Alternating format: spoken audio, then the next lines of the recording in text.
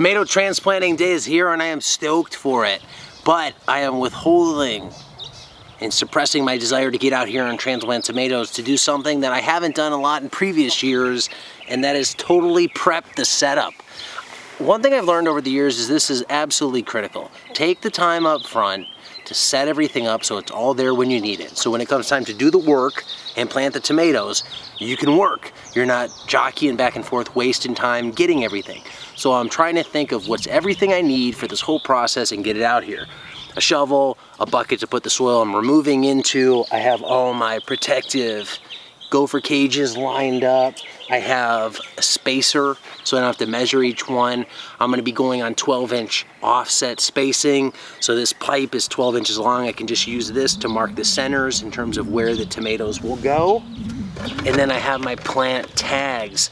I'm growing a lot of varieties as a hobbyist, and this is what I want to do, so this is really important for me, is to make sure I know what plant is what, so they stay labeled.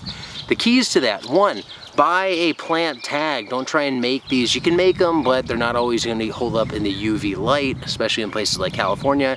I bought these on eBay. They were cheap. It was like $500 for $5. The cost was nothing. The key though is to use one of these pens here. It's a Artline garden marker for outdoor use. It is water and fade resistant. If you use a Sharpie, just a regular old Sharpie off the shelf, it'll fade over the course of a season. So you'll write down Brandywine Soothes strain on your tag. By the end of the season, you won't be able to read it. So spending the $5 to get one of these markers is well worth it. So I have that. The other thing I have here is just a base organic fertilizer. Now this is nothing special. This is no specific brand. This is no specific makeup. This is just a cheap fertilizer that I happened to find in bulk that was organic at Costco. It's 242. I got it last year. It's typically the granules you'd see. It looks like chicken feed, looks like grape nuts. And I'm just gonna put about this much into each hole. What's specific about this amount? Nothing. I just think it's enough.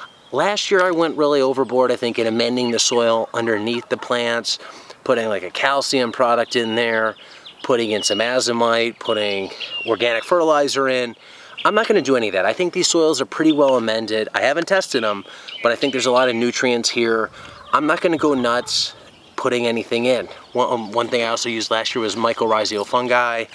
I really don't think it made a difference, so I'm not going to use it at all this year. I'm just going to put the plants in, sprinkle a little of this around the middle of the hole, cover it up, and then I'll water it initially and then a few times throughout the season with seaweed emulsion and fish emulsion to get the nutrients in.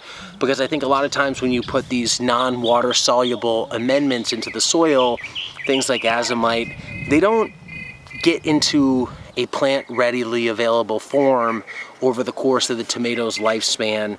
So while it's good for the soil in the long term, it's not really helping the tomato in the short term. So I'm trying to stick with stuff that is water soluble and readily plant available, which is why I can top dress.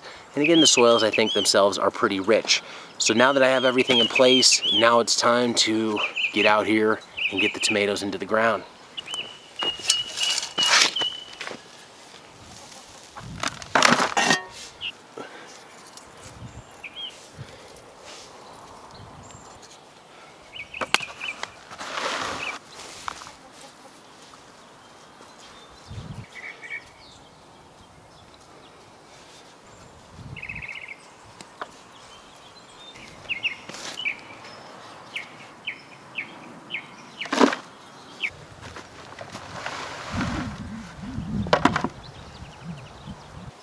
So this is what they're gonna look like going in.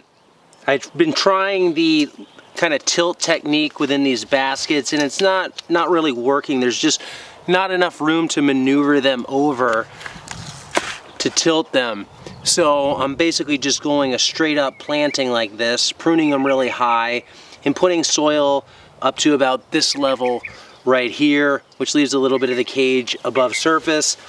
I really wish there was something more complex or interesting about this process, but it's pretty much what you think it is. I mean, maybe the most advanced thing I'm doing here, the most unique thing, is just really tight inter-row spacings.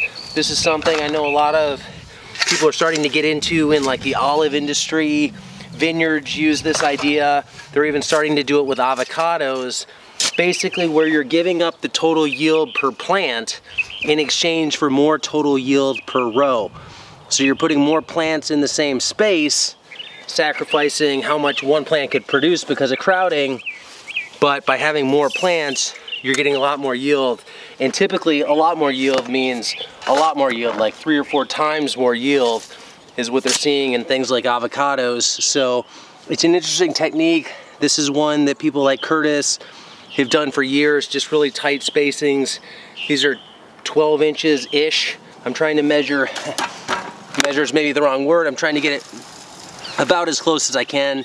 So it's as simple as put the basket in the hole, put a little sprinkling of the organic fertilizer in the bottom, put a little soil over that, finding tons of grubs, which is great because the chickens love those, and then bury them up. And then I'll come back and probably water these in maybe tomorrow. Like there's no real rush here given how warm it's been, or there's no real rush here to water these in because this soil is still pretty moist. But I may come back and do it anyways tomorrow and then maybe hit them at that time with a little bit of fish emulsion and seaweed emulsion. Not totally sure. That's it, that's how they're planted.